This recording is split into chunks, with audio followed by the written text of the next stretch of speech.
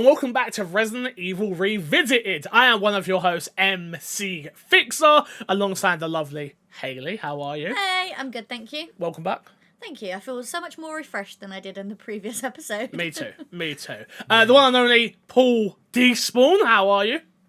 I'm good. I stuck with the same hat this time, but you know. I appreciate that. And of course, rounding out our group, the one, the only, Shotgun McPain. Hello, Nick. How are you? We're almost done, guys. This is Resident Evil Revisited, our daily, weekly, newsly show where we go through and re-rank every single Resident Evil numbered game, including Code Veronica. You can go back and watch all of the previous episodes, but if you are just joining us here for Resident Evil 7, welcome. I hope you're all doing well. You will see our rankings at the end of the show, along with our favourite weapons of the game, our favourite locations of the game, and a deep dive in all things Resident Evil. Guys, Resident Evil 7, obviously a game that takes an extreme change to the series. We've played, like we said now, we've played now 8 games? Eight games? 8 games with Code Veronica. 8 games now? Yeah. No, 9, because this it's was 0. the 9th, right? No, yeah, you're right, 9. Yeah, 0. I forgot about 0. Yeah, this is the 9th. 1, 2, 3, 4, 5, 6. Code Veronica. Code Veronica. Code Veronica. 8. So this is the 9th. Yeah. So, let's start off with some initial thoughts on this game from you, Shotgun. We'll start with you. What are your initial thoughts of Resident Evil 7? Man, what a difference. What a difference this is from... I don't know if it's just Stockholm Syndrome of, like, going from 6 to 7, especially, like, as immediately as I did. But... this game is really good at most parts. I feel like it does a lot with the kind of the survival horror. I think the only thing I'm not super I'm not like the first person stuff, just because I'm not a first person kind of guy.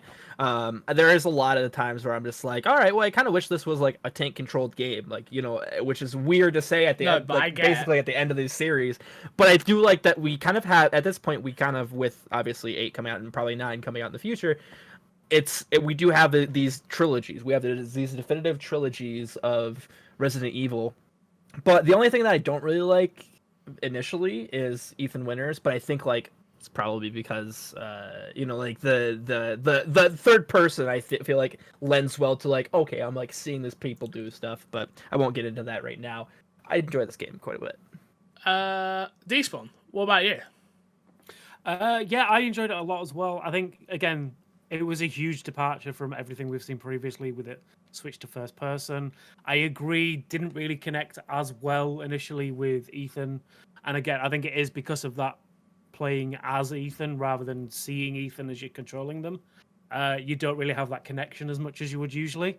But all in all, I love the fact that this went back more to a kind of a horror element. It was more of a different kind of horror than we're used to with the Resident Evil series again, but there was some genuinely scary moments again. So it's like, as you said, moving away from the previous trilogy, which was the more action-based variety. This one feels like a more like stripped back kind of actual genuine horror film, in this case game. Yeah, I enjoyed that a lot more. I thought that worked really well. And yeah, I actually genuinely enjoyed pretty much 90% of my time with this game. Hayley? I really enjoyed the game. Again, it feels like something that kind of should live outside of Resident Evil to me, because I feel like Resident Evil is so stuck within the main characters that we know and love, right? In terms of like Leon, Chris, Claire, Jill, and so on. So this, to me, I kind of almost compartmentalize in my brain as something else, even though it does share the same name. But I do enjoy the fact that after 4, 5, and 6, we're finally going back to the survival horror element of it, and it's not an action game. I also feel like this is one of the first games that I ever experienced, can't say played because I don't play it, but experienced, where I felt like it was like playing or experiencing a horror movie. I feel like it does the horror genre justice. I had to study horror films when I did my A-level media, and you notice, you know, all the jump scares, all of the bussing elements.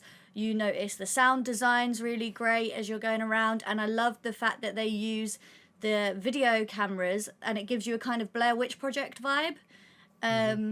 I just really enjoyed it overall, to be honest, and the fact that it actually gets your heart racing again and you're not sure what to expect, which I think kind of the Resident Evil franchise moved away from in the last 3 games. So, yeah, I just like the survival horror element of it, really. Yeah, for me, again, I'm probably the veteran of the group when it comes to Resident Evil. So this I've had a really tough time with Resident Evil 7 as a fan of survival horror and a humongous fan of Resident Evil, as everybody knows. I, on first attempt, enjoyed the game, and then played it again and was like, it's not a very good Resident Evil game. I kind of had that statement in my head for a long time. Like, people would ask me, what do you think of Resident Evil 7? And I would say it's a fantastic survival horror game. I love what it does for the genre, but I don't think it's a very good Resident Evil game. If you took away the ending and took away herbs, what makes it Resident Evil is what I used to say. After playing it again and again and again now, so I've probably beat this game maybe 7 or 8 times now. It's not very long when you know what you're doing and stuff in terms of puzzles and things like that. I actually think Resident Evil 7 is a really good game. Like, a really good game. And as much as it may not be what I would have wanted from the series as a reboot, because that's, for all intents and purposes, that is what it is. Though it is called Resident Evil 7 or VII, this is a reboot for Resident Evil. This is a new jumping on point for many people in the series. Obviously, the camera switching from third person to first person, something that, as we've all said, I don't like it for Resident Evil, but I also understand that I've grew up with Resident Evil. I've been playing the games for 20 years plus now, right? It has to move on. It has to change. It has to keep growing. It has to evolve. And when we've got games like PT that were going to come, Silent Hill, and you've got, oh gosh, what's the game I'm thinking of? Evil Within? No, not Evil Within. Alien Isolation? No, but that can work as well. What's the one? Outlast. And games like that. You can see what this game was inspired by. I do enjoy the game. I agree with you both. I think this game's biggest problem for me was, at least on a starting level, was the fact of how heavily designed it was for VR. You can very much tell that this game is like, Sony came with the bag and was like, make a game for us with VR elements, and was like, okay. So the game is super designed around you moving your head around during cutscenes and looking at the hand when you get a knife in it and things like that.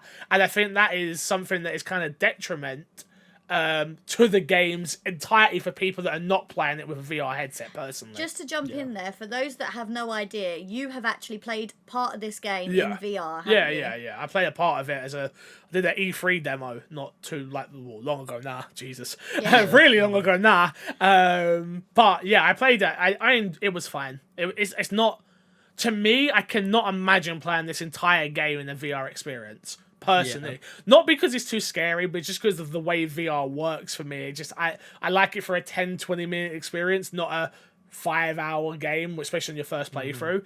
I'm sure it adds a lot, but just not for me personally. Is there anything anybody wants to add on their initial thoughts before we jump into the plot and break this game down?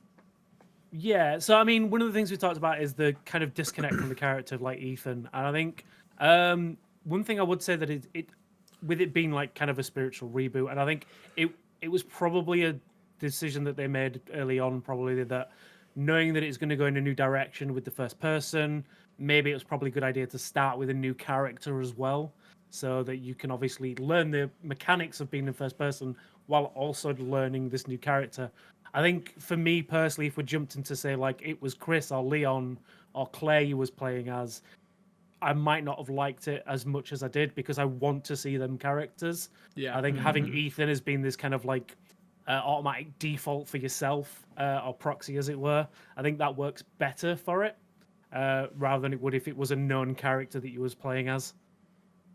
Yeah, I agree with Despawn in that point. I think as well, like, where we've had, I mean, obviously we've had already reboots of the series in this series before. I mean, we talked about 4, how it basically dropped everything, and this is a starting off point for this trilogy or this, that sort of thing.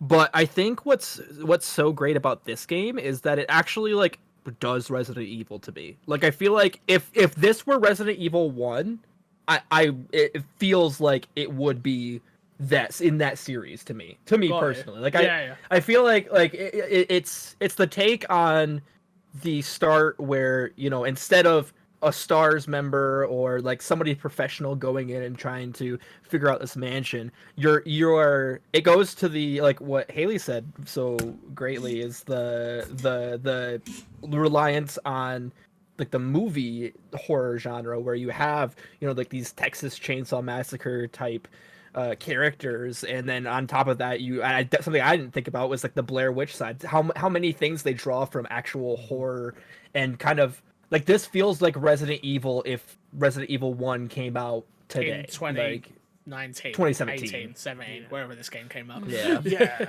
So, I'd say yeah. that, I'm gonna say you could definitely feel those kind of influences. And again, we talked about it in previous episodes. Earlier Resident Evils they took those elements from movies of the time that kind of worked really well in that horror genre, and I think 7 has a really good way of like capturing the feel of like you say, Texas Chainsaw Massacre, The Hills Have Eyes. There's elements of Saw in there as well. Yeah. And yeah, the Blair Witch stuff. So it does take those like real visceral kind of like gore level horrors that I think, and it does a really good job of kind of like converting that into a Resident Evil story, in the most part. And again, I think just all the elements, I think they've taken I think everything about this game feels like a new direction, and again, that's probably what they've gone for in the first person, new characters, new elements, new viruses, things like that. There's a whole plethora of things that just everything screams this is a new kind of age for Resident Evil, which they're going to go forward with. It kind of gives me like Resident Evil escape room vibes. Like it's very much like if you was to try and, you know, not have any of like the copyright laws, you don't want to put you in like the RPD or in the mansion or whatever. This is very much like chuck you into a situation where you have to try and escape without dying or running into these enemies, and, you know, getting different puzzle pieces and things. Just very much like what you said, Shotgun. I feel like if this was the beginning of Resident Evil, but it started, you know, as you said, in 2017, I feel like this is exactly what they would have begun with. It does give me like core Resident Evil vibes. Yeah, I think for me it's the biggest shame of, especially after playing 6, right? You come off of 6, and 6 though was the best selling game in Capcom's history for a very long time, wasn't received critically well amongst press or fans.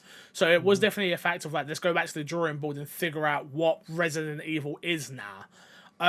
I think it's a shame in one way that they couldn't figure it out and still keep the characters that we love and enjoy, or at least have a touchstone to them a little bit more throughout the entirety of the game. But I also understand needing a clean slate and to be like, hey, this is what this is now. And though it's Resident Evil 7 or VII, this is it's called Resident Evil VII. Yeah. It's called do you Resident know what Evil I mean? Biohazard. Hazard. That's the thing. Is like that's the real signal to me. It's like and in Japan it's called Biohazard Resident Evil, and in Evil, England like, Resident Evil Biohazard. Yeah. I think like to me, like we've seen what happens when they connect the Resident Evil universe. Like True. we have had such a connected universe that I think like this is such a refreshing thing. I do agree with you though, where I just like I wish there was just a little bit more, you know, that like it throughout, just like in a note or something that ties it to Umbrella or that sort of thing. Besides, obviously, there are a few tiny bits.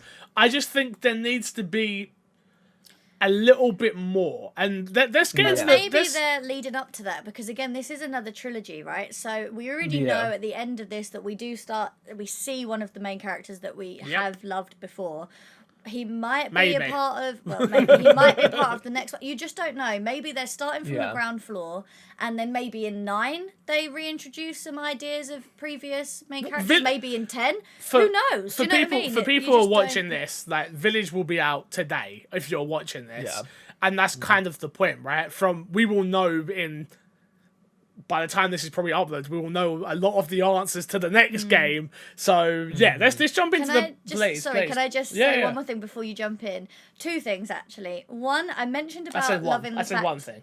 I'm going to give it to you. It's buy one get one free. I'm sorry. Yeah.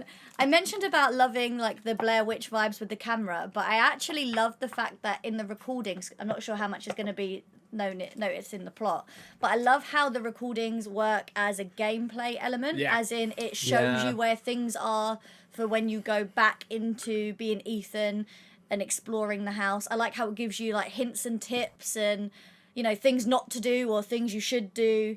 I just quite like how they use that as an element that we haven't really seen before. And then also just wanted to mention the fact that there is a note later on in the game that tells us that Raccoon City happened 16 years prior to this, which means that unfortunately, guys, Ethan W., who was in the note in Resident Evil 5, is not the Ethan from this game. Unless we have a time machine in 9 that's going to come out and tell us, you know, or cloning or something like that. But it's highly unlikely that it's our Ethan. And I swear we'll get to the plot for a second. But that's the thing is like 16 years, but the Raccoon City incident was in 98, right? Mm-hmm. So wouldn't this be before? Well, when did it take place in the remake? Oh, that's true. I think it still takes. Is it still 98? Yeah. I think it's still 98. There was definitely. I mean, it does say 2016. Honestly, like there is something in there that says 2016. Yeah. So, but. Yeah. Into the plot. No one's going to distract me this time. In July of 2017, Ethan Winters is drawn to a derelict plantation in Dulville, Louisiana, by a message from his wife Mia, who has been presumed dead since going missing in 2014. He finds Mia imprisoned in the basement of a seemingly abandoned house and frees her.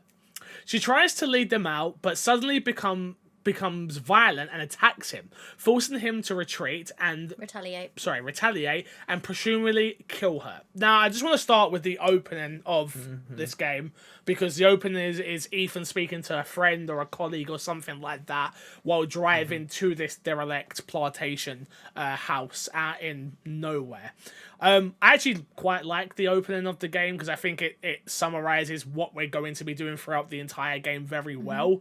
It's like you get, from such a small piece, you get a lot of information in terms of like, his wife's been missing, he's concerned, he's been looking, his friends have told him to give up, but he hasn't given up. It already sort of builds out Ethan as a character of like, he's someone that is like, very determined to get what he wants and will keep fighting for what he wants as well, which I think is dope. It gives you an idea of their history as well, right? As a marriage, you get the idea that they're not newlyweds and then she went missing. You know, that they are like in love, or he has got deep feelings for her. So it makes sense that when like things start to get a bit rocky, when he finds her, that he doesn't just abandon ship and run away. You know, like as you said, you get all of that just from that phone conversation in the opening. Yeah, you also get like the video message from Mia.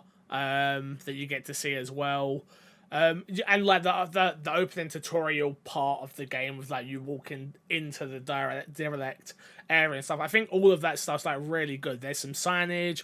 The area looks kind of, it's in the daytime, it still looks kind of scary, and it's like, don't enter this place. Like you clearly don't want to be here. But yeah, I think they did a great job with that. Going back to like the horror movie references, the whole game is, you know, shot in a certain color. Yeah. That there is like, there's no bright colors. Even when you're bleeding, it's not like bright red. No. You know, like it's all got this eerie, like doom and gloom, yellowy tint to it.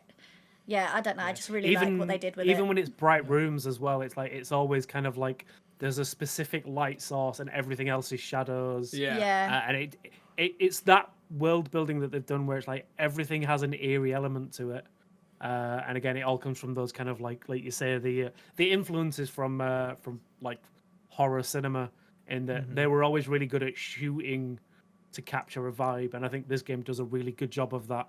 and especially like that introduction sequence of walking through the forest to get to the house. Is a really good. It does a really good job of just telling a story as you're walking through. When you first come across that entranceway with all what look like animal parts, but at this point could be body parts.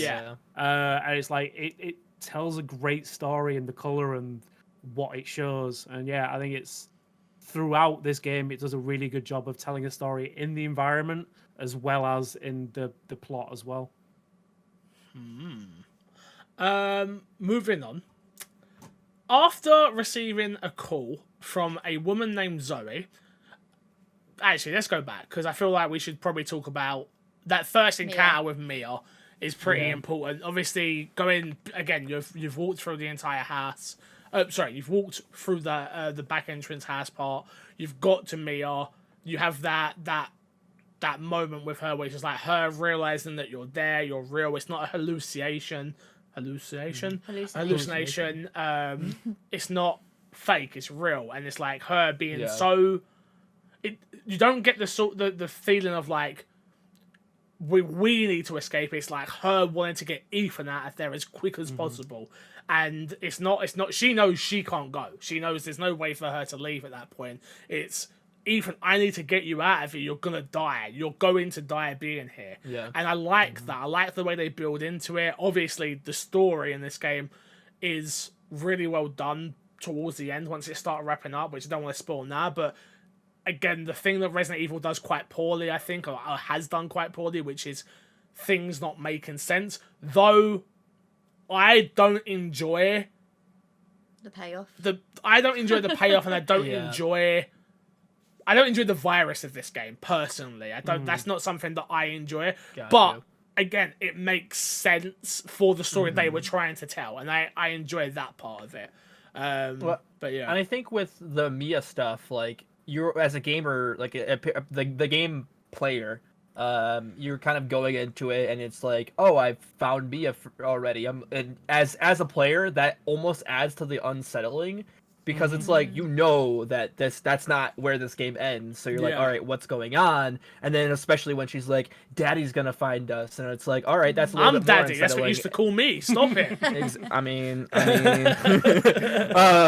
Like, and then obviously when she turns, you know, like, and just like the back and forth, like, especially like just that scene of her climbing up the stairs and like, then she's there, you know, like it's definitely an unsettling build-up that is just done so well. I think it's a great job of when they actually get them into the fight scene of like them two fighting. Yeah. I don't ever get the sense that Ethan was trying to hurt her, though she's trying to kill him.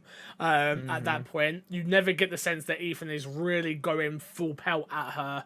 It's until obviously sticking an axe in her neck, but even that he's not wanting to do that. It's not something he takes pleasure in doing, but it was like a kill or be killed type situation. I feel like as well adding on from I feel like the same from adding on from the opening sequence where we said that, you know, you can really tell how much Ethan cares about Mia. I feel like as soon as he finds Mia, you can see that that's reciprocated, because there is a moment of relief where it's, oh my God, I haven't seen you in so long. And then instantly there is fear, worry and concern for his safety. Well, there's the line, isn't there, of like, he's like, it's been 3 years. And she's like, what?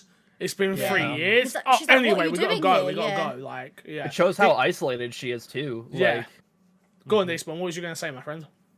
No, I was gonna say just what you said there. Is like, there's that moment where, when they first see each other, like, say, knowing how early it is, it's like you automatically see that concern on her face rather than relief. And then automatically trying to get out. And then when it comes to the fight scene, when Ethan actually attacks her, and it's always a defensive move rather than.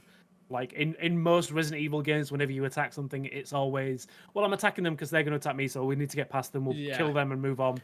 This genuinely feels... It's similar to, not to the same level, but did you guys ever play the reboot of Tomb Raider? Yes. Yeah. So the very first time you kill someone, it's a very visceral moment. I agree. And when you put the axe into Mia's neck, it feels like a genuine moment where it's like, the game actually, like, all the sound stops for a second, and, like, she stops...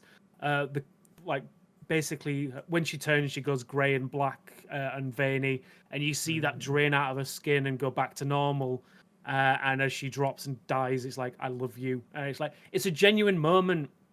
And then it's switched out when she attacks you with the chainsaw. Yeah. But yeah, it's like that genuine moment is like, it's one of those, like, again, something that happens a lot in this game is like, they do a really good way of telling that emotion in those little moments that, and again, I think the first person element adds to it as well, because it's so close to you when it happens. And obviously the screen gets splattered with blood and things like that. And there's little elements that just make up to like a really powerful moment. And I think, like, in moments like you just spoke about, I think you can really tell that Ethan still sees Mia in there. And it's a case of, like, okay, she's still there. There's still hope. You know what I mean? And that's what keeps him there, is to try and get her back. Yeah. But yeah, as you said, I think it's the storytelling without storytelling, if you know what I mean. I think they do really well with this game. After that, we have, after receiving a call from a woman named Zoe offering assistance, Ethan is attacked by a revived Mia, who cuts his hand off with a chainsaw. A brief battle ensures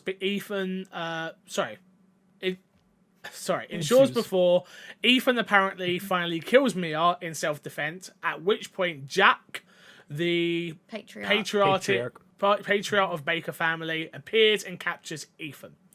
After Zoe reattaches his hand, Ethan is held in captive by Jack, his wife Marguerite, and their son Lucas, along with a seemingly catatonic, thank you, elderly woman. What does catatonic mean? Anyone?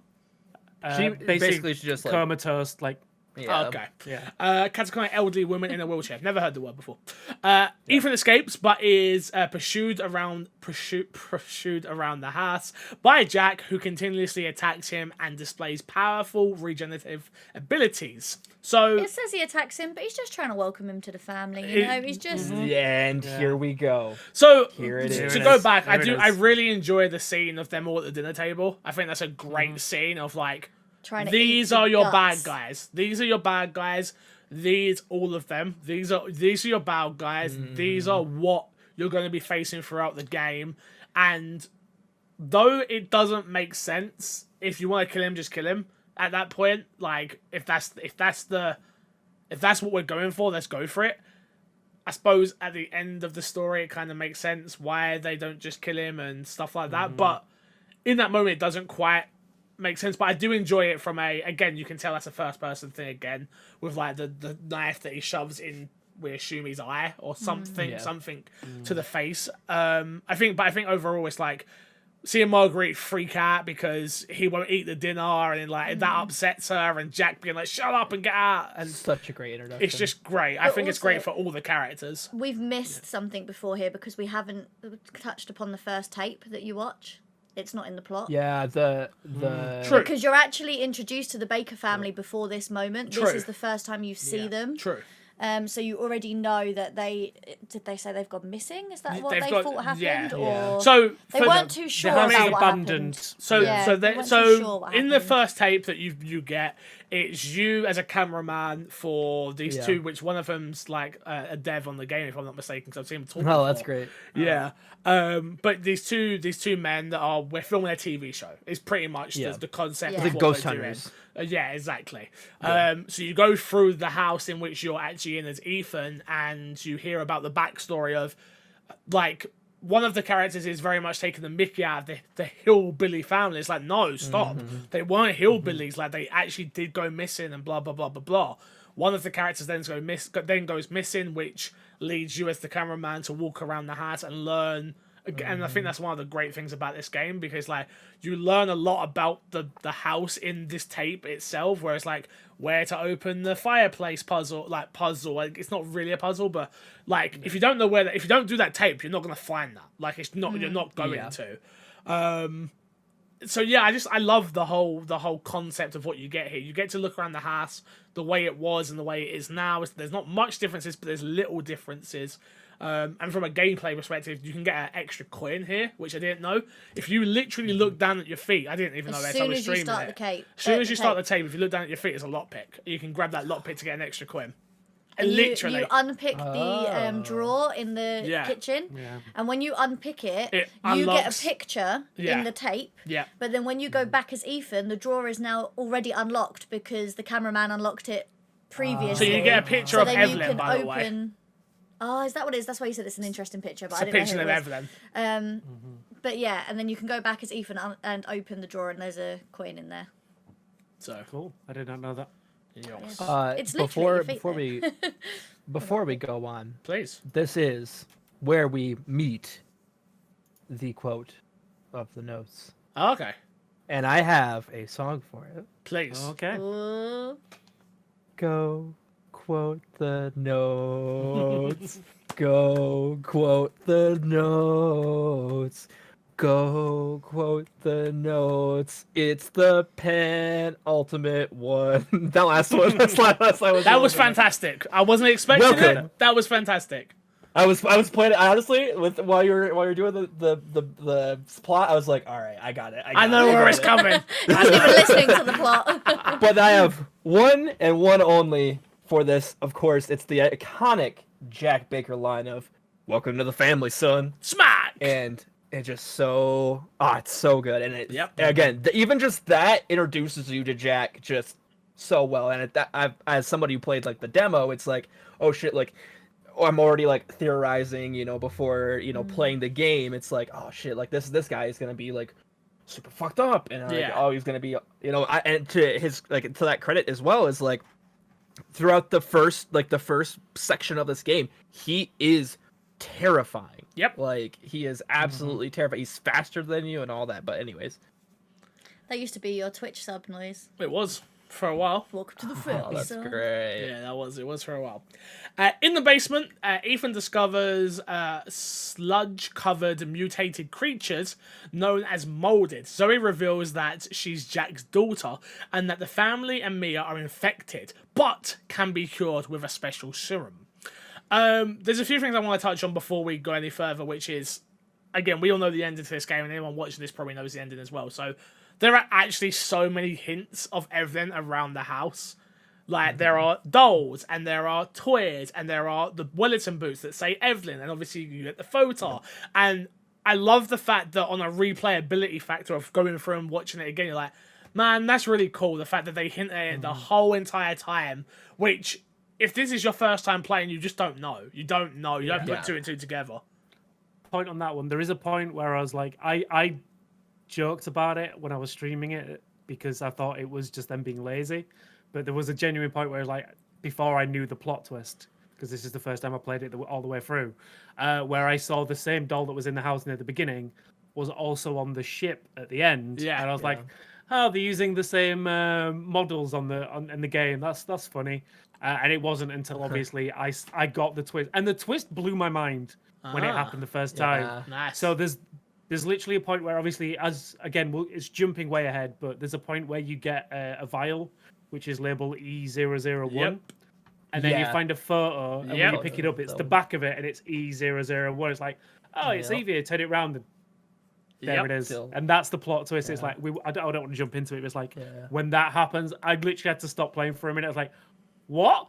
Yeah. But It's yeah, cool. it blew my mind when that happened. Yeah, really it's cool. so cool. And it's so clever. And again, just another thing where there's just such a well-designed game.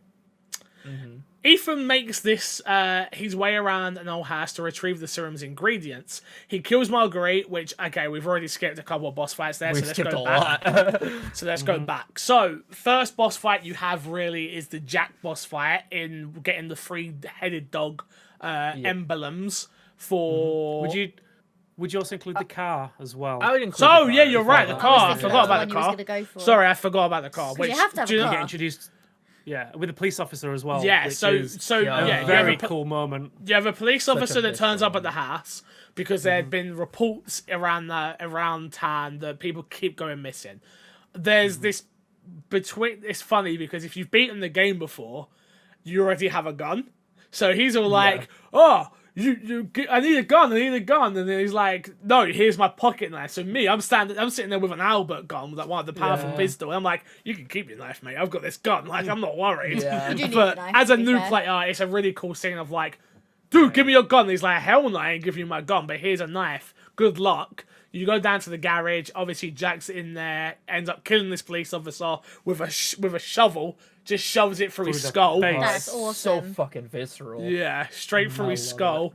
And you have a boss fight there with him where you end up running him over, blowing him up. He comes back to life. You kill him again. He puts a gun in his mouth and pulls the trigger. Yeah. It's like, let me absolutely show you mad. something cool. Mad.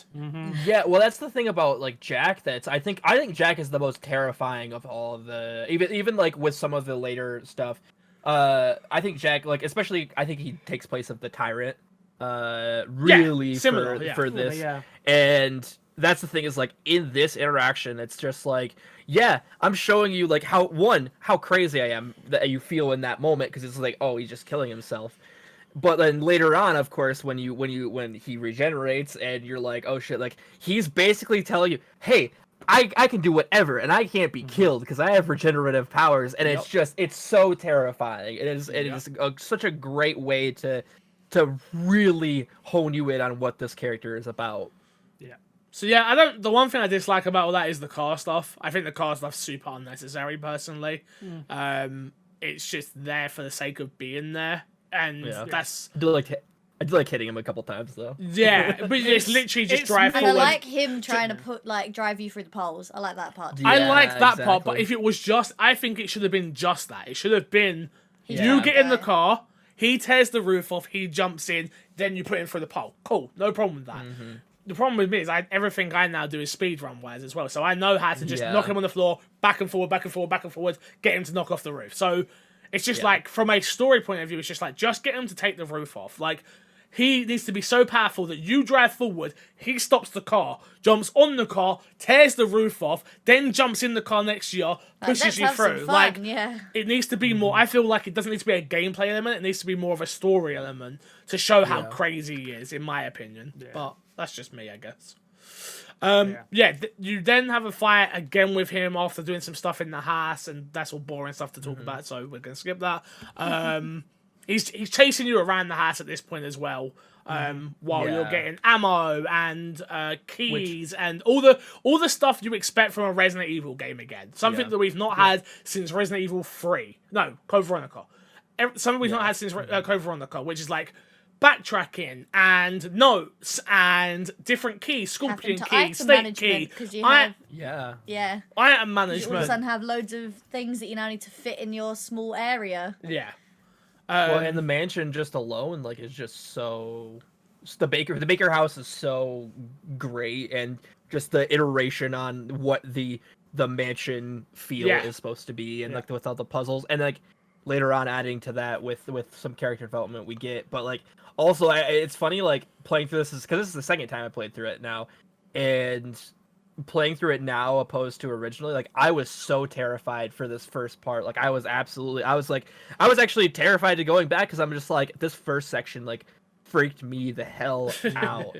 Upon the second time I'm like, oh wow, there's not really like a whole lot with him, is it? Like that's the thing is like there, like it is still like there is occasionally when I'm like, it's tense, but it's not that's awful, you know. That's like, always my biggest problem with Resident Evil games though, right? Which is once you know it, you're good. So it's that moment the first time he busts through the wall. Yeah. When you think you've killed him, and then he bursts through the wall. It's like, all right, well, I got to turn around and run around in a circle to get away from him. And it's like those moments are fantastic when you don't expect them.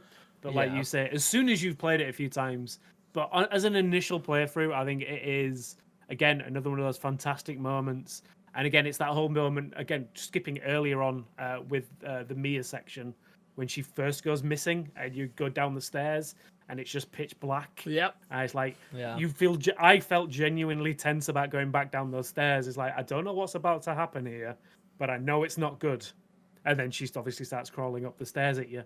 And it's those moments, again, like they say with the Jack Baker stuff, where it's like, when he first bursts through the door after you've killed him in with the car scene, and then it bursts into the bathroom on you as he's regenerating, and it's that moment. It's like, because you think you've killed him at that point, you think he's killed himself, and he's like, oh no, he's still here, he's still coming after you with an even bigger weapon, and it's like, it's just that genuine moment of tenseness that happens a few times in the game. I think it does I'm gonna keep saying they do a really good job with the level of like anxiety that it produces. And, yeah. Speaking of big weapons, again, we have another fight with him after this. When you are trying to get the three dog heads to get out of the house, which is obviously it's a fight with him and a chainsaw, and you've got these body bags that you kick into him to stagger him. I remember the first time I ever played that fight. He was raging. I got stuck on that fight God. for so long. It was ridiculous. Now, obviously, I know how to do it and stuff, but then I was just so damn frustrated by that fight. Like, it was ridiculous. But it's such a good fight. I feel like because it gives you, it puts you in a tight area, and it's that moment of like, oh fudge, I don't know what to do here. I don't know how to kill him. He's just shown me that he can't die. So what is my plan here? Like, how do I deal with this situation? Like, I don't know. I just really enjoyed it.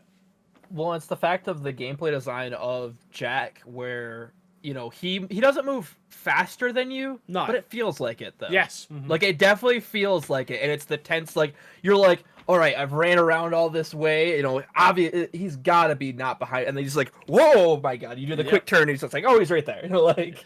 Again, is that Texas Chainsaw Massacre feel of, like, the killer is right there next to you, and it's, again, another element of that tenseness that it creates.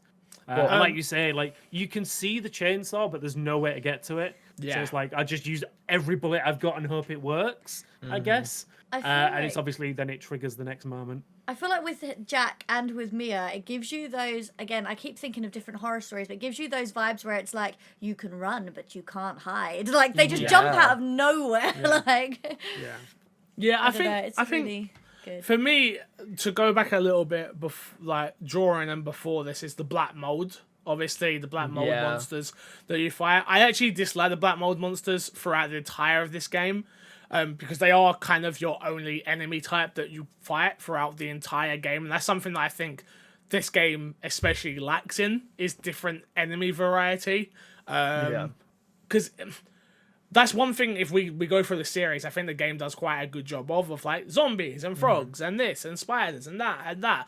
And it makes sense for all of that. And though the black mold makes perfect sense for what it is, which is obviously vomit, and we'll break that down a little bit later. And I kind of wish there was something else. And I understand we have different mutations of the black mold. Yeah. But it's like 2 or 3. Yeah, but it's just, it never feels that fun to fight them. It's just always, for me, it was always grab that shotgun and just blow their heads off real quick, and then get moving and running, or use a detonator and stuff like. Yeah, they were always more of an inconvenience than a genuine threat. Yeah. And I think, which is a minor blip in an otherwise good game. I think that was one of my problems with the game, is that the variety and the general enemies was always very lacking.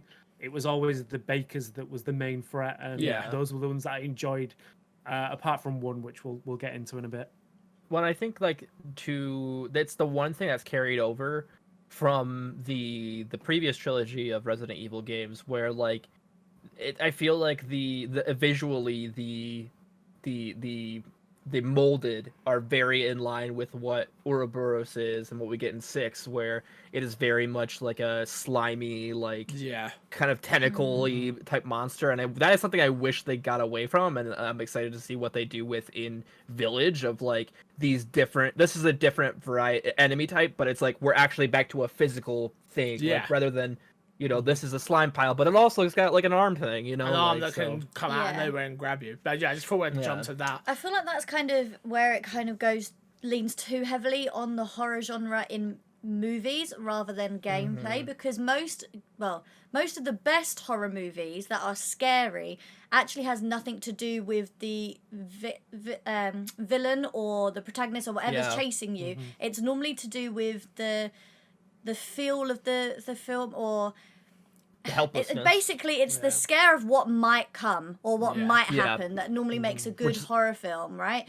And makes some good horror games as well. I know when we played Layers of Fear, the game itself, if you play it again, is not that scary, but it's the anticipation of what's going to happen, what might be around the corner, what might happen next. And I feel like this game does a great job of that, of making you scared of what's coming next and that.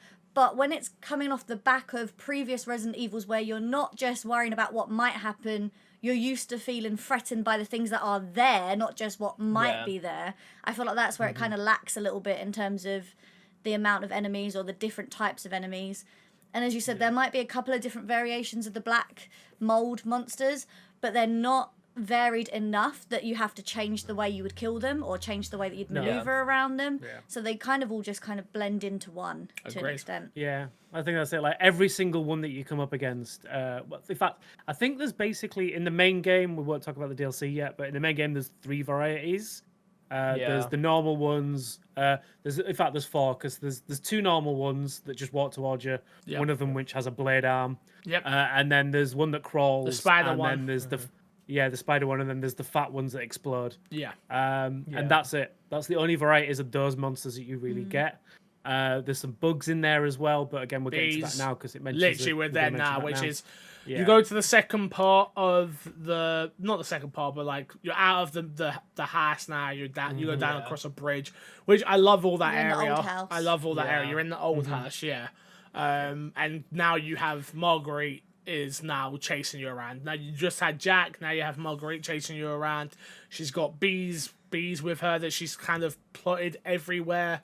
This is where you get the flamethrower, which again makes sense, which is nice. It's like, okay, I understand what I meant to do with this. This is meant to be used for one specific thing, which is either firing it to get spiders off of casing so I can get more ammunition or health, or to destroy these bug hives. Thank you, that's the word I was looking for. Yeah. I think it's interesting because for me personally, and I don't know if it would be different playing the game, but Marguerite was actually more scary just as her human form than what she was when she becomes something else. Because again, going back to what I had just said about horror films and the horror genre, I was more scared of what might happen if she catches us than actually seeing her chase after us.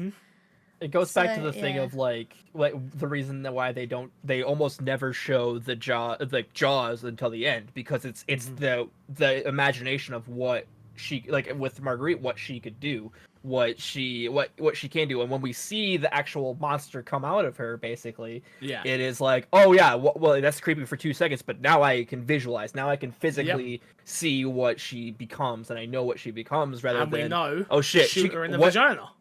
exactly. I think it's... The other thing I just wanted to mention real quick is the fact that this is like the hub area. This like where the trailer is. It's like the in between the 3 areas that you really go for before obviously the ending. But I would say the thing that this, like you said there earlier, like the Marguerite, like when you're in the house, you can see her outside because there's a bit where you can go out on a balcony. And you can see her walking around outside. And it's that psychological element of like, again, it's the psychological horror of the game rather than the visceral horror of it that is the bit that gets you the most tense. Because as we said, with Fighting the Molded, you don't really feel that. They're more of an inconvenience. But when you see the characters, the Baker family walking around, and then when you're in the old Baker house and you're having to avoid her, it's those not knowing what will happen, but you know something bad will happen. That this does such a great job of. And again, this comes into leading into this boss fight this is one of the minor missteps. I didn't really enjoy this boss fight. No. I don't think it's a very good. It feels it's kind of like that whole Destiny bullet sprinting. This feels like one of those. You know the weak spot. You shoot it a ton of times, and eventually they'll die. And it didn't feel very like well thought out to me. It was a case of like, just find her in the house, shoot her in the weak spot, which we know where the weak spot is, and then just rinse and repeat, run around, kill the odd bug with the flamethrower that you've got, and just keep doing that until she eventually dies. Or so far as we think. In fact, this is the second worst boss fight. Her follow-up is the worst boss fight. Oh no, sorry, I've got it the wrong way around. No, so it's the previous point. So there's a previous point where you have like a mini boss fight with her. When you're in the hole. When you have to shoot her down. You just have to keep shooting until she falls down. That wasn't very good. Because again, it's just annoying with the bugs flying at you as well. And then obviously this goes into when she then mutates. And you have to shoot her in a lady garden to defeat her. And then, just those 2 fights alone just weren't very good for me, I don't think. I think, again, it's just a case of they were there to be there, and it was kind of an attrition thing rather than a genuine horror thing. I kind of like it because it keeps you on your toes, honestly. Like I feel like you have the bugs element, you have her climbing around everywhere. You kind of can predict where she's gonna go, but I think that it's definitely one of the weaker elements of this game is like her whole thing is like it keeps you tense, but it's like and then occasionally like, oh god, she's there, like the same thing with Jack. But I think that overall like you like it's kind of a simple boss fight once you get down to it. Before we just move on, just to give a different perspective, sorry, the part where Marguerite is walking around the old house is actually the part that you had played in VR, right? How does it compare playing it in VR to just playing it with a controller? It's the same thing at the end of the day. It's just a little bit more intense because it's on your face. Yeah. It doesn't... VR, like I say, I don't think VR as a gameplay element changes at all. I think it's just a case of... think about everything we just said, but times it by 10. You're more immersed because it is here on your face while you're playing it, and especially if you've got good headphones on as well and stuff like that, you're hearing each footstep. You're just embracing it a little bit more than you are when it comes to just one monitor and you can look left and right and take you out of the moment. Like VR doesn't let you come out of that moment. So it's the same. It's the same. Ethan makes his way to the old house, as we were just speaking about, to retrieve the serum ingredients. He kills Marguerite and has a vision of a young girl. Lucas captures Zoe and Mia and forces Ethan to navigate a booby-trapped barn to find them. Before we get to the barn, there's a couple of things I want to bring up here, which is I really like what they did. They're not complicated, it's not hard, but I like what they did with the puzzles in this game. In terms of using the light puzzles to manipulate the shape to turn into what it needs to be. Yeah. Though I don't think it makes sense in the game is the problem with it. I do like the fact that they are there. There's no why do they exist? I feel like you could make an argument with, and something that I do really love in terms of storytelling, like just little storytelling in this game, is like the fact that basically you have Lucas, who's like a craftsman, like robotics, like all that. I feel like he's just like that's something that he made when he was a kid, and then like it adds to the robotics of it. And honestly, it's like it's the same thing with like the Trevor stuff, and actually. Upstairs, if you're reading one of the notes, the note says the house was built by Trevor and something construction. So and in it was like 92. So I believe it's that same Trevor then. But that's obviously before Resident Evil 1. Yeah. But yeah, like it adds to the fact like I feel like with Lucas being this robotics person and like kind of like getting into the puzzles of it, it really adds to the fact that oh shit, like this contextualizes each puzzle that I do in the game. And like Despawn said, it kind of adds like a Saw narrative where like you have these intricate things that he's making, and especially because he has like the troubled past, like he in the notes and stuff, he's the one who has the troubled past, he's the one who kind of led this here, and did that. He's got shady dealings. To be fair, going off of that, you do make a good point, because no one says that these light puzzles existed when they were human without them being infected. This could 100% be something that Lucas has made so that when he catches his prey, like the people they've been stealing off the streets, he gets to have the chase of trying to watch them escape. Because we know he enjoys that. Yeah. True. I feel that's it could maybe be explained a bit more, but it could very well fit in. I think you've all made good arguments though to like why him. But yeah, I wanted to add that I like what they did with the shotgun. I like what they did with the photos of the treasure areas of like, oh, I know that area. Where is it? Let me go figure that out to go and get extra bullets or a magnum. I like what they do with the coin system, though. Once again, doesn't make sense, but it's still a game, so we've got to make it a game. The trailer's at that quite point. Cool anyway, in general, isn't it? As just a separate area. It's like your safe room. Yeah. At this point, we would have seen the Happy Birthday videotape, which is one of the most important videotapes of this entire game and is extremely fun. In terms of, it's not fun as in like, haha, I really love this, but again, I think all of the videotapes in the game do such, apart from the ones on the boat, do such a great job of giving you context, giving you more context of what is going on in this house, giving you context to puzzle solves. As long as you're paying attention, you can figure it out. Oh, it's underground of where the the crank is. Oh, there's extra health here. There's this, that. It all comes together really well and tells a really good story and doesn't take you out of the gameplay of it either, I feel. It also gives you a deeper understanding of the characters. I think it was in the first tape with the documentary guys that they mentioned that the baker's son was troublesome, was always getting in trouble and everything else. And the fact that there's a tape of the happy birthday thing, it tells you this is not Lucas's first rodeo. No. Everyone that you were about to eat on that dining table probably went through this same trap. You know, he's obviously... I mean, they're all sick in the head at the moment, but he was obviously kind of already leaning that way beforehand, and this has just amplified him. So I feel like it's a way to kind of cover that without him having to say, oh, you're not my first time doing this, or without someone else having to kind of explicitly say it. Go on, Dismal. Yeah. I would say that this was probably my favourite part of the game.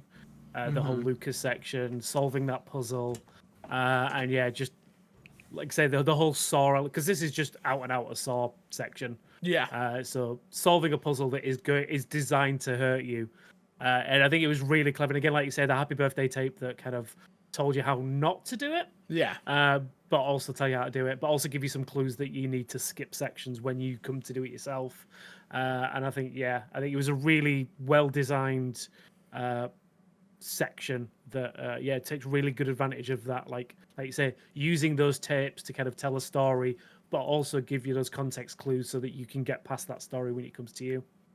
I also kind of wanted to mention before we go too far away from the original house, I quite like how well the game in its entirety really gives its nods to Evil Within, and then also the mannequins that you find up in the loft as well that gives the nod to that game. I think again just shows how they've magpied certain things from other games that they've done, but also, you know, like different films and different areas. You can really see where they got their influence from. Yeah.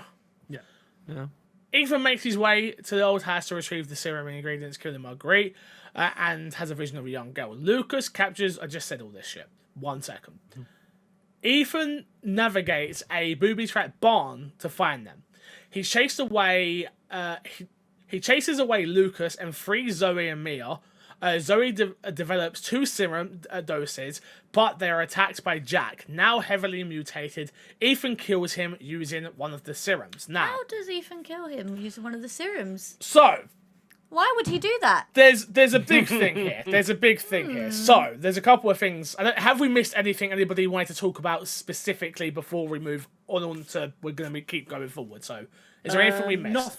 Nothing major. I think again, there's a lot of sections leading up to the Lucas fight that does a really good job of, like you were saying, explaining Lucas as a character. Bombs in before boxes. It all went wrong. Yeah, he had issues before this virus came. Yeah. And like you said, like they do a really good way, because obviously one of the sections to get to Lucas and this whole booby trap room is you've got to find 2 keys. Yep. And as part of that, you've got to go into Lucas's room. Yep. And you see how he's hidden an area, and there's notes about how one of his friends snuck into the house, and he just locked them in the basement to die, the attic to die. Yeah. And I think so. You can obviously tell he had issues long before anything went wrong. There's also the part of having to shove your hand down the police officer's throat to grab the key out of one of them. Yep.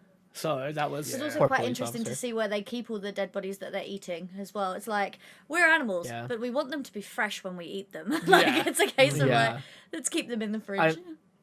Again, I just want to say like that it just like Lucas's character adds so much. I think this is the most I've actually loved puzzles in terms of the storytelling of it, because it actually gives you like actual feelings of like, oh yeah, he built this with that. You can like kind of imagine him going throughout the stuff, or the house, the old house, and obviously with the Saw stuff.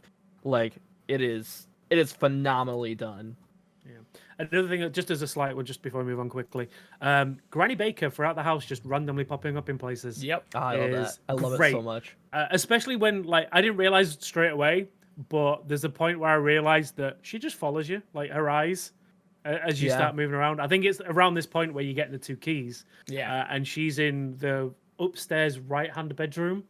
And you have to get something out of a drawer next to her, and you just, as you look at her, you just notice she's just like slowly watching you as you walk past her. And it's like, and those little creepy moments, and then as soon as you notice that, every time she pops up out of nowhere, it's like, oh, hi. And then she's just staring at you. And I think that does a really good, like, a menacing, like, because at that point, you don't know what's going to happen. So you don't know, like, you assume that she's going to be bad in some way, but you don't know how. And it's that unnerving moment of, like, how is this going to turn bad when all she does is pop up and just sit there and stare at you? My first time, I just assumed she was just too old to do anything. My thing was like, oh, you're a part of this family, but you're just too old to be able to actually stop me from moving around. Like, yeah, you're just here. Yeah. You're just sort of here. They drained you of all your power, but obviously that's not the case. I definitely, to Despawn's point, like I definitely felt that like she was a piece to just keep you unnerved when there's no piece to really keep you unnerved. Like just a little bit more. So. You fight Jack for a final time, him looking like a dinosaur-looking monster. It's absolute cray-cray. And you end up using one of the serums on him to cure him, which in turns kills him. Yeah. Who is it that shouts at you, use a serum on him? Does anybody know? Zoe. It's Zoe. Could it be Zoe? It certainly is Zoe. So guess who isn't getting any serum? So this is so the next part of the game is Zoe freaking the hell out because there's only one serum, and it's then you as the player get a choice between picking Zoe or Mia. I think this is the biggest mistake in the game, and should be patched out of the whole entire game. You shouldn't even get an option because it's not even the canon ending. It's especially look at Village now and the Zoe DLC and all of that. It's like, why on earth would you even give us the option to I think you save actually Zoe? saved I did on my first run. I did. Yeah, I didn't like me. I was like, this will be funny. Yeah. I'll just save the wrong person. Well, no, it wasn't that. For me, it was a case of, well, Mia hasn't helped me. Mia hasn't done anything. Like at that point in time, it's like Zoe is actually helping me escape and helping me get out. I was like, I'm gonna save Zoe. Like, why the heck not? Like, I get it, Mia. I'm sorry, but deuces. Yeah, I think for 100%. me, it's one of those kind of like you say, it's a rare miss where it's like they're artificially trying to create some semblance of like connection. Because obviously throughout this entire game, you've been trying to save Mia, and then it's like at the end, it's like, all right, so we've only got the one choice, so obviously you're gonna give it to Mia. So it's like it's that emotional choice, but it's like you say, like there's no way any normal person would be like, just give it to Zoe instead. No. Apologies. I know you gave it to Zoe first time. I'm not saying you're not. No, I know. Yes, I'm not. No, but I was. Feel like you were I was playing going devil against the advocate grain as well. on purpose to see what happened. Like, you're 100% right. But for me, it's just I don't get it when games do this. They give you a non-canon ending of like, you are the storyteller. You clearly know what you want us to do. Just make us do that choice. Like, it's not. It shouldn't be left open for interpretation, especially when you know you're making a sequel to a game where it's surrounded by her baby. Like no. Question, because again, I've not done it. What happens when you give it to Zoe? Zoe gets on the boat with you. Yeah. Oh, okay. That's it. Yeah. Like the game ends. No, you do the boat stuff. But it's Zoe instead of Mia. But Or? I can't remember. I don't remember the full in and outs. I I think you remember just it, end up go. I think it's you play a Zoe, and you then put the tape in. So then you go to do the Mia stuff, Right, and then Zoe. Yeah, it's not very good. Okay. If I Also, remember right, I could be remembering that totally wrong though. I don't want to totally derail us, but there's one thing I did forget actually. Too late. I do like the fact. No, and you'll also be. I do like the fact that the buttons in Lucas's puzzle are the sounds are Code Veronica's. Yeah. Yep. Like I love that so much. See, you didn't get that until you played the game though. No, didn't. I mean, I kind of got it because it kind of sounds similar to the. Nah, you didn't get it. Alright. Choosing Zoe leaves me heartbroken. Despite Ethan promised to send help, as he and Zoe flee on a boat, Zoe reveals that the Bakers were infected after Mia arrived with a young girl named Evelyn. When the wreck of the ship was washed ashore, Evelyn stops their escape by Calcifying. Thank you, Zoe, killing her. Oh, that's what happens. And Ethan is knocked from a boat by a creature. If Ethan chooses Mia, which So is that's the ending of that story arc. Yeah, it must be. If Ethan chooses Mia, which is the canonical path, Zoe gives a bitter farewell to him and Mia, as he and Mia flee on a boat. They come across the crashed tanker where they are attacked by a creature and knocked from the boat. Mia awakes after she's knocked off the boat and searches the shipwreck for Ethan, while experiencing visions of Evelyn, who referenced to Mia as her mother.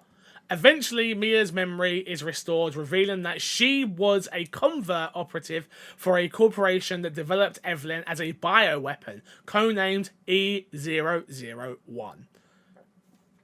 Before we go any further, I hate the ending of all this stuff. I think up to the point of where you do the cure stuff, I think the game is really good. A solid game. It does a really great job. And everything beyond this was so unnecessary, personally. See, I feel like the end part is where they're trying to make this Resident Evil. It's like the beginning part is like, we're going to go back to the Resident Evil roots in terms of survival horror, in terms of puzzles and the backtracking and the, like, item management. But I feel like the second half is them trying to fill the umbrella hole. Do you know what I mean? It's them trying to, like, round up, okay, so what actually happened here? What's the virus? What's the story behind it? How did this get out of hand? I feel like that's them trying to, like, bring it somewhat back to the Resident Evil, like, heart of the matter. It feels like this is a story they designed in two halves. So, like, they did the first half, they had the idea for that.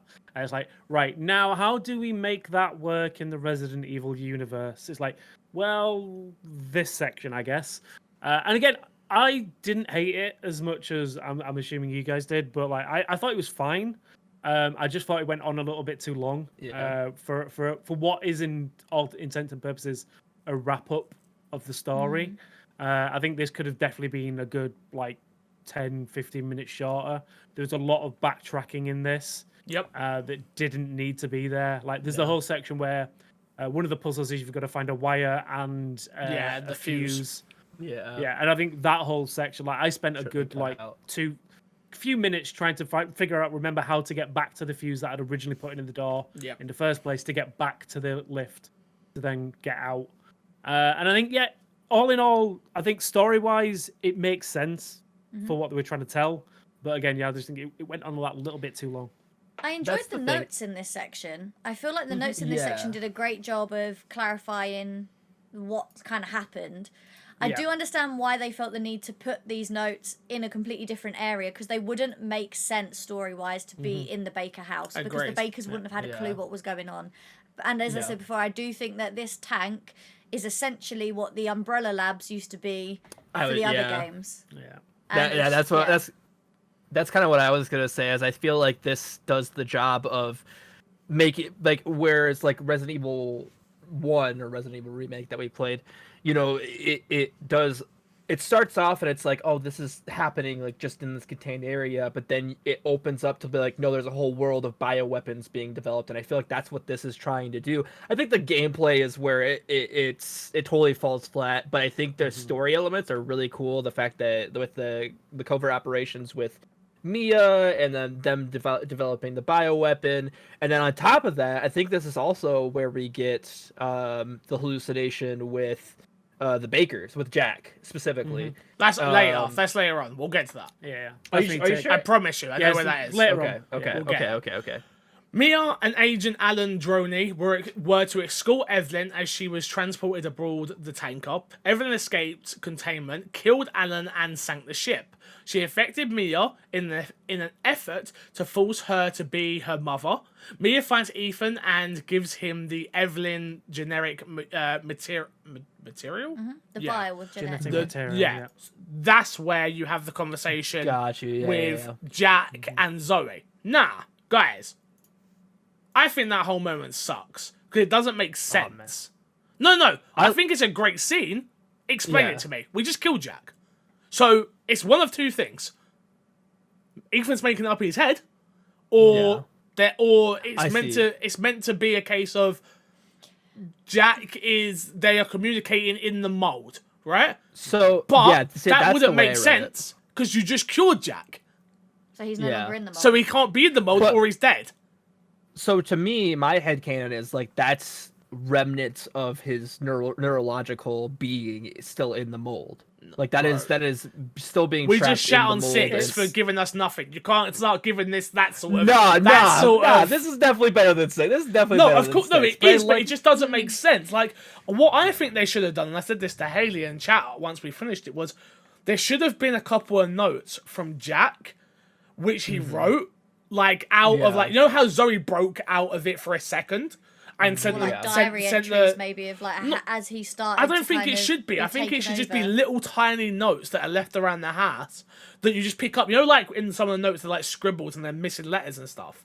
I feel like that should have been what it should have been with Jack, which is like send and then just that's it.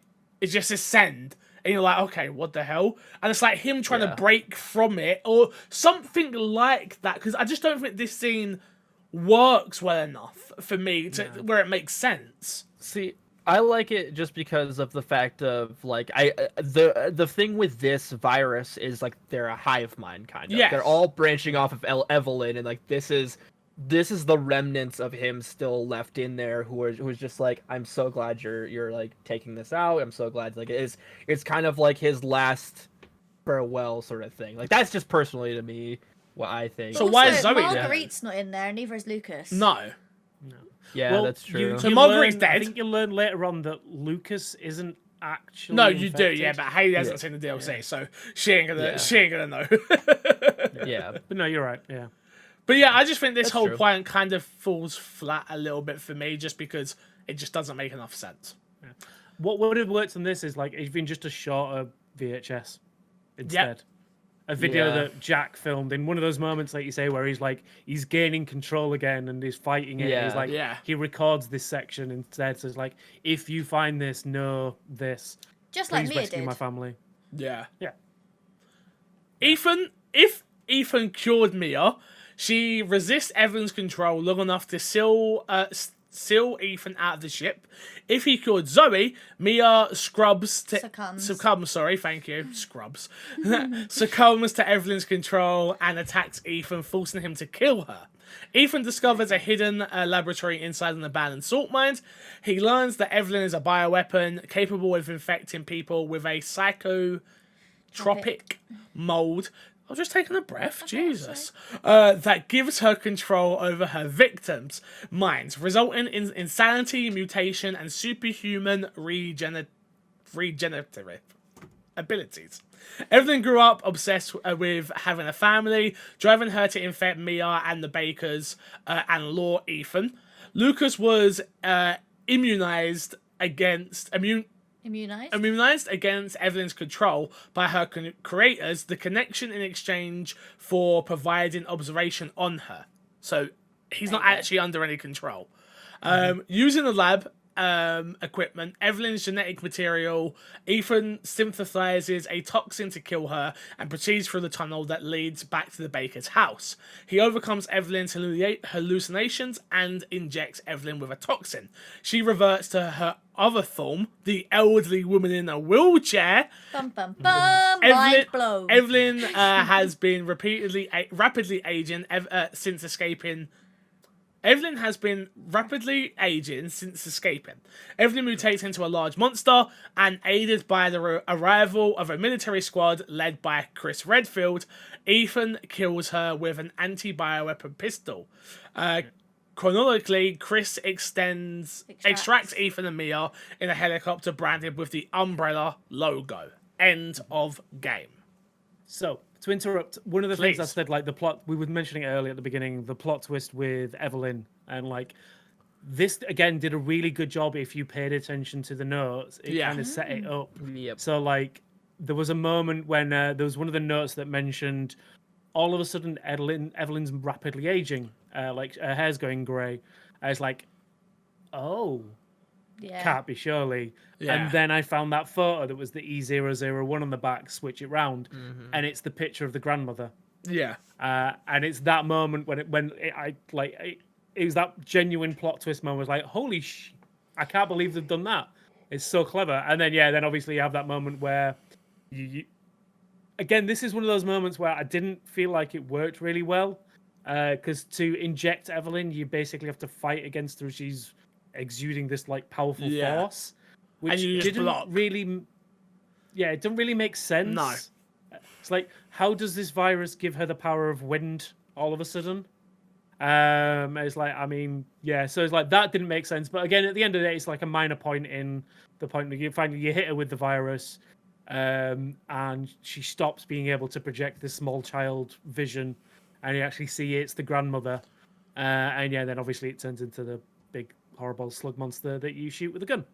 And then Chris Redfield shows up, who looks nothing like Chris Redfield.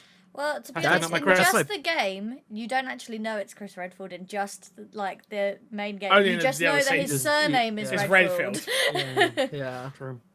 Well, that's the yeah, thing he is like looks I terrible. remember you guys talking on the Twitch chat. That's my biggest problem with this game in terms of like connecting it with the Redfield stuff. It's just like, yo, like this guy doesn't look anything like Chris. Like even like if you're trying to have a big reveal, like if he didn't say Redfield, you'd think, oh, it's just the operative. Yep. Like literally.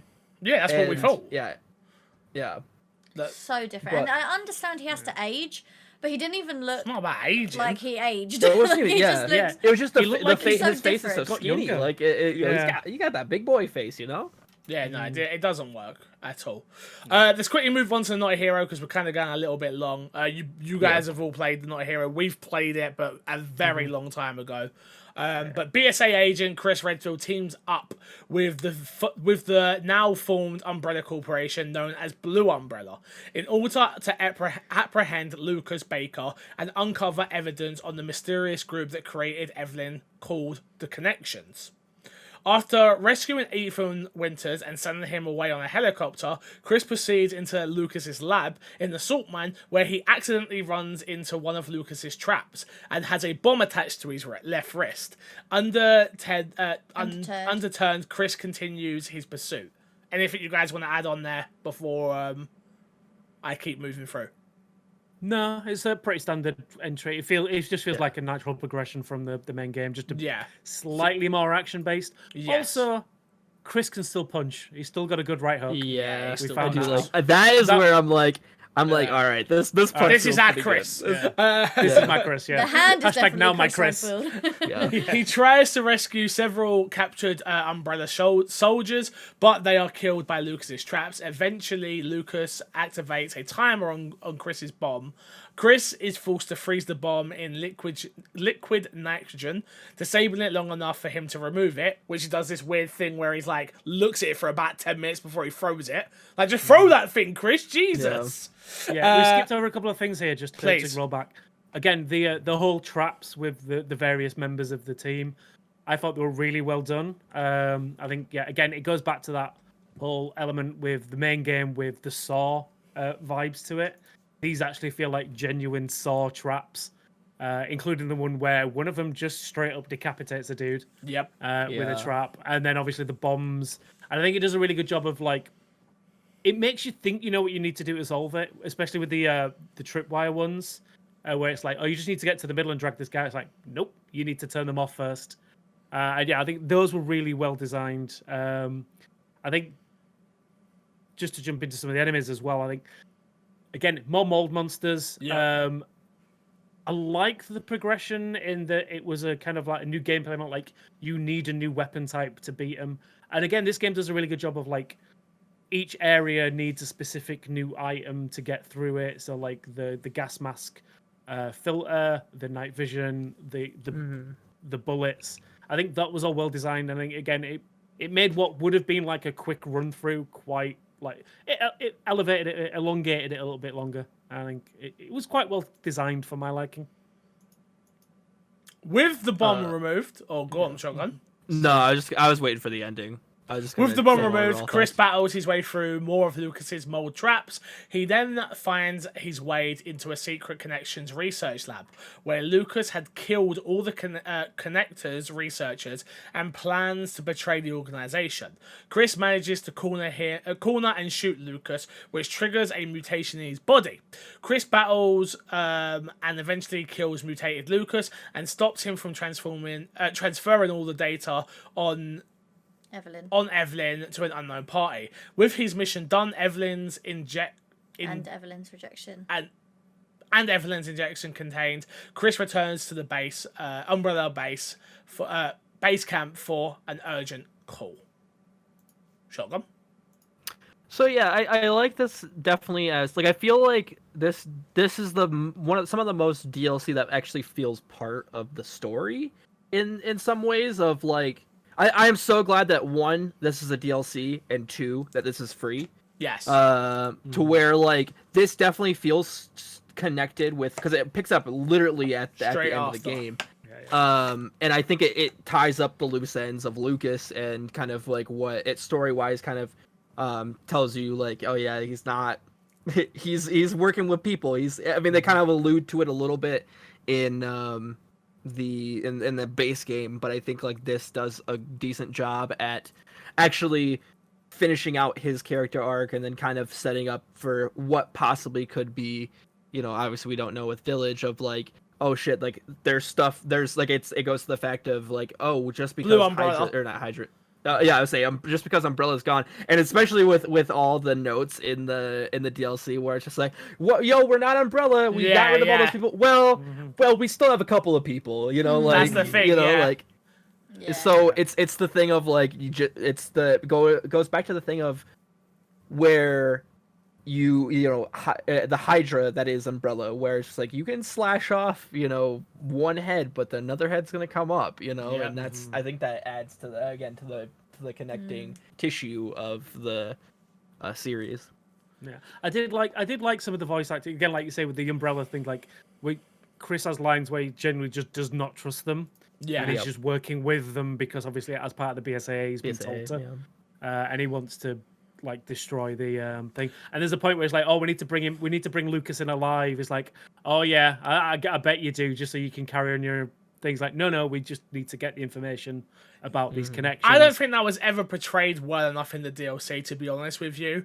Yeah. I remember when we played it the first time, I was super let down with that DLC because I just felt, I had already played all the games previous and stuff. Was like, Chris would never work for Umbrella, no matter what the circumstances is. Yeah, my Chris that I know that has been through all this stuff. Now you guys have both been through yourself.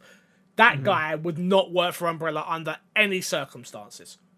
Doesn't matter. There's no way he would do it. So that's why I'm so interested in Village, because it's like, well, are we going to get answers to Blue Umbrella and what the hell they are and why Chris seems like he's the bad guy now and all that stuff? Like, it's really important stuff to learn and know about. So, well, that's a good point too. Sorry, I was just going to say, just really quickly, that's a good point too with the fact that, 3 years before this game, or 4 years before this game in terms of the timeline, like, Neo Umbrella is a thing. Yeah. Like, and it's bad. Yeah. Like, so...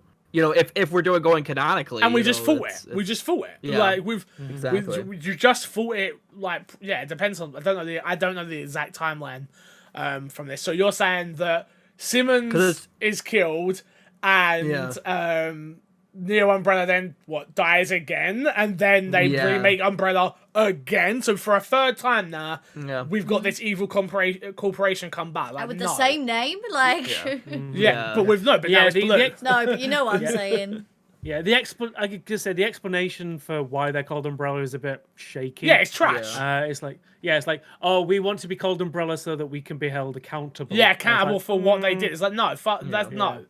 There's no way that's happening in real life. Blue Umbrella is. You can't tell me otherwise. Blue Umbrella made Resident Evil 6.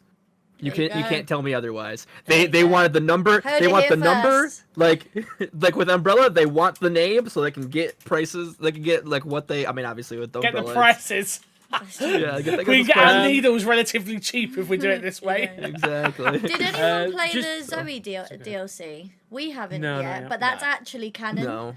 So it might be something worth doing at some point in case it relates into 8 or 9 or anything going forward. But there's no way Zoe's in this next game, I'm sure. No, but you never know. With Resident Evil, you never know. There might be this one note that then becomes real important in like 5 years' time. Like, right. Yeah. I was gonna say talking with this DLC, again, might allude to the next one and what is actually going on. There is a point, like right at the beginning, when obviously the helicopter's taking off. They seem really interested in the fact that Mia's there, making sure that she's alive and safe. So obviously at this current point, like Mia's obviously got to have something to do with it. Well, you got to So, think like, she each- made. I think from their point of view is that she made a bioweapon, and she has information on that, and she became a bioweapon, and there's so much more to her that we're gonna find out hopefully in the next game. We know that she's dead technically from the trailer. We know that Chris Redfield shoots her, so. Unless that's just a dream sequence or something, Are we we going have to to do find out. predictions after ranking, or No prediction. Oh, we can. Let's rank. Yeah. Let's rank 'Cause some I've got, characters. I've, and I just stuff. say I've got some predictions about what's going Okay, on. So yeah, I'd like to take let's them up. rank some characters first of all. So, favorite character of the game, guys. Lucas? Lucas. Lucas. Okay, There you go. perfect. He's done. Yeah, it's it's the so second villain we've had as our favorite character. Yeah, I think Lucas in this game is fantastic. I think he does a really great job of playing his character perfectly, and he frustrates me throughout the entire game, which is his job too. So that's amazing. Favorite weapon in this game? Can I cheat and say the Wesker pistol? Yes, Yes. because that's what I wanted. Because to. I'm saying That's that as well. exactly The what I Albert. wanted. The Albert gun, yes, is my favorite weapon. It's free in the chamber and it's super powerful. It feels And so good. honestly, play the game again, and run through and play Yeah. with that gun. Woo, let me tell you, It's so good. it's so good. good. It's so good. Favorite location? The Baker House. Yeah, the first Baker Baker That House. was going to be the same with Yeah. me. Okay, I've been outvoted. Yeah, I mean, it was good What to would go you say, second. I Vic? think the Lucas like area was cool, but I think for me personally, just the iconic feel of like again the classic horror of the Baker House just works better. Yeah, the Baker House as well. If I could like try and somewhat coin the fact that a videotape is a location, I would go with anything on a videotape, but I can't really go there, so I'm gonna go with the Baker House. Yeah. Yeah, I like the whole haunted house vibes. I kind from of the tape, I like the first tape. second house more, just because Really? because I like the swamp area as a whole. I think Yeah. it's just spooky and being around that area and going across the bridge and getting the extra backpack and getting the flamethrower and doing the puzzle that goes to the wall and then the way it all leads. I just like that area a little bit more. There's a little bit more to it than just. I love Resident Evil. I love mansions, as we all know. But Yeah. we've done it now. Like, we've been in mansions. Yeah. We've done the stairway. We've done all that we've done. It's like, I kind of like that it was a little bit different. I like the bugs. And I like the mechanics of that area just a little bit more. Yeah. But the mansion it is. The Baker House it is. Let's rank Resident Evil 7 and then we'll do some predictions afterwards. Current rankings look a little something like this. Resident Evil 0, Rebecca Chambers is our favourite character. Favourite weapon, the Magnum. Favourite location, the train. Resident Evil 1, Chris Redfield's our favourite character. Favourite weapon, the stun gun. The favourite location, the mansion. Resident Evil 2, Claire Redfield's our favourite character. The weapon being the shotgun and the location being the PlayStation. Resident Evil 3, Jill Valentine's our favourite character. The weapon being the grenade launcher and the location being Raccoon City streets. Resident Evil Code Veronica, Claire Redfield's our favourite character. The shotgun being our favourite gun. And Rockford Island being our favourite location. Resident Evil 4, Raymond Salazar being our favourite character, favourite weapon being the bowgun, favourite location being the village, Albert Wesker being our favourite character in Resident Evil 5, with the rocket launcher being our favourite weapon, and the underground garden being our favourite location. And Resident Evil 6, Piers Navas Nivens, thank you, being our favourite character. We don't give a damn about the weapons because they all suck. And the university being our favourite location. Before you take that off the screen, just have a look at our favourite characters, weapons, and locations. Up to 3, I feel like they would be like majority everyone's favourite character, weapons, and locations. After 3, they are hella random. Like, they're hella random. Yeah, but that's what we are. We're deep It's diving. great. We're deep But I diving. like it. Resident Evil 7, though. Where does it go?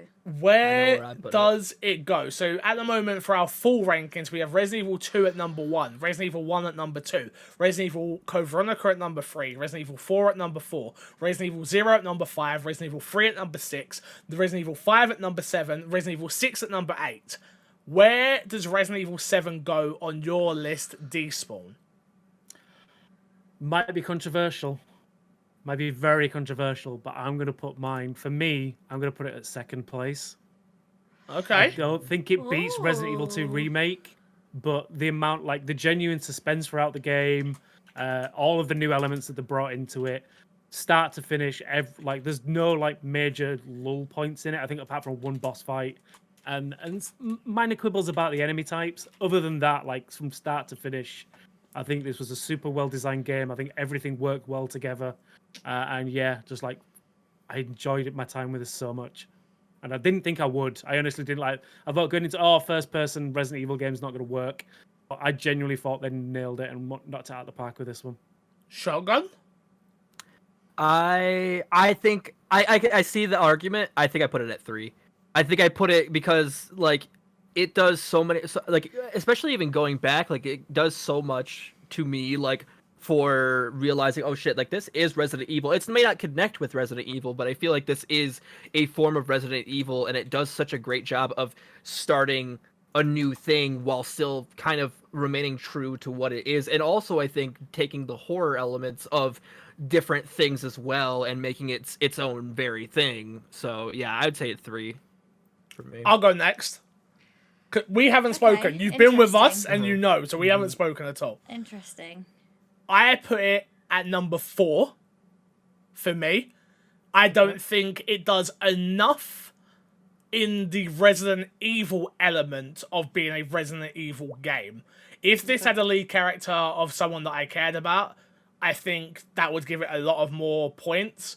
But I think I still stand to this day of the same thing I said, which is it's a fantastic survival horror game. I think there's a lot more Resident Evil there under the surface than once you think about it a bit more, but still not enough for me personally to make it in my top 3 of my personal list. This isn't my personal list. It would look very different from this. This is our joint list.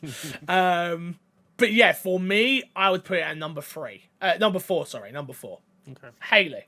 It's interesting that you say that, because I was sat here and I was toying between number 4, so underneath Code V, above Resident Evil 4, or underneath Resident Evil 3, above Resident Evil 5. Damn. And I tell you why that is. Oh And I my will explain God. myself. Please. Can I keep the list up though, please? Because that was kind of helping me explain Sure. myself. Sure.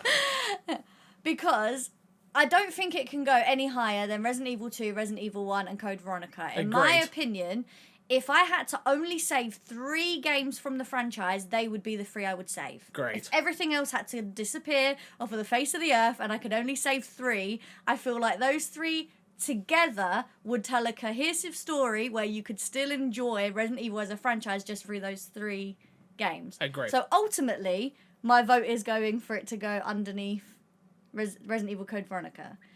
My other thought, though, was the only reason why I would put it below Resident Evil 3, so that would make it, what? 1, 2, 3, 4, 5, 6, 7th on the list, no pun intended, would only be because, in my head, it's in a different genre. It's not a Resident Evil game. So the only reason why it's not going below 5 and 6 is because 5 and 6 are rubbish. Yeah. Do you know what I mean? That's the only reason why my head wouldn't put it below those. But I do think that ultimately it needs to go below Code Veronica and above Resident Evil 4. I had to say that before. I had to say we hadn't spoken, and you guys have been with us. We haven't spoken because I knew I had a feeling we'd be on the same sort of page.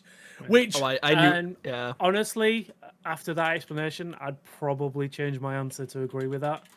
Mainly because I've been looking at these as like game by game basis. So it's like, which game is better than that game, and so on and so forth. But as you guys have said, this is ranking the Resident Evil series, not which game is better than what. And again, I think you're right in 100% that Resident Evil 1, 2, and Code Veronica tell a really good cohesive story. That probably I don't think 7 kind of breaks into that. So yeah, I'd agree. I'd say put it at 4th then for me. oh, there was no conversation to be had. Yeah, okay. If I'm being totally Canonically. honest with you, I think there it's was difficult for me when I was looking at it because you actually get in. Leading on from 2, 1 and Code Veronica, you actually get a lot of story elements from especially 0 and 3 that really play into it. Yeah. Which is the only Yeah. reason in my head I was thinking if I was going to put it any lower, I'd have to put it below them. If I was thinking of like the overall story of Resident Evil. If you're not looking at them as individual games, if you're looking at them as an overall story. I think the important thing to remember is Haley doesn't play the games either. That's also true. All she is here for is story. Yeah. So for me, like, it's funny you think that way, because it's funny because I think like the top 3 for me, like they are each different version of Resident Evil, where you have the remake where it kind of the remake 2 remake is where like everything is thrown at you, and it's like it is everything that's been great, and that's why it's I think it's still to this day, and probably still will be, the perfect Resident Evil game for me. Yep. And I think that 1 does such a great job at doing those tank controls justice, and actually like being something that I actually want to go back to again. Like I wish that 7 kind of had some tank controls in terms of the visual, and then with, of course, 7 branching out and being its own thing, but also like being what Resident Evil would be had it launched, in 2017. So to me, that's my idea from my ranking. But it's funny, like the story base, I do agree with that, putting it under 4 in that way. So the ranking looks like this: Resident Evil 2 Remake number 1, Resident Evil 1 Remake number 2, Resident Evil Code Veronica number 3. Where it should have been. Just saying, Code Veronica should have been Resident Evil 3. Just saying. Resident Evil 4. 4 4 Resident Evil 7. Don't interrupt me. Don't interrupt me while I'm doing the rankings. Resident Evil. 5 number Resident Evil 4. 6 number Resident Evil 0. 7 Resident Evil 3 Remake. 8 Resident Evil 5. 9 Resident Evil 6. That is how the list currently looks, guys. We are literally, as of recording this today, we are 2 days from Resident Evil Village. Before this comes out, I've got a code right now. I could be playing the game right this precise second. I can say that because this ain't going to come out in time. How excited are you going into Resident Evil Village? D-Spawn, start with you. Before playing 7, all of them, not very. I was like, yeah, a new Resident Evil would be cool. Whatever. I've not played 7 before. I didn't have that excitement levels. Now, after doing this run and playing 7, I cannot wait. I am like super excited. I've pre-ordered my code. I pre-ordered it like 3 games ago. I'm just super excited to jump back into this world. So yeah, I am very excited for Village. I'm interested. Like, I've got some thoughts about what is going on. Please, let's go from that. Please. So yeah, I don't know about anyone else, but obviously following from 7 now. It doesn't really explain very well how Ethan magically attached his hand and it just automatically started working as normal. I think there's something special or different about Ethan and Mia, because again, they've both been infected. Because he had the visions, so he's obviously been infected by them in some way. Yep. So I think the reason that Chris has come to murder Mia is because she's still a BOW victim, so she's still infected in some way. So he's come to clean up the mess, as it were. And then I don't know how that's going to feed into the main story, and so much as like, again, I think probably it's going to be a case of he's going after the child, is Ethan, and then it leads him to this village where obviously there are sexy vampire ladies. Yep. So that's what I think is happening. I don't know how true that's going to be. We'll see.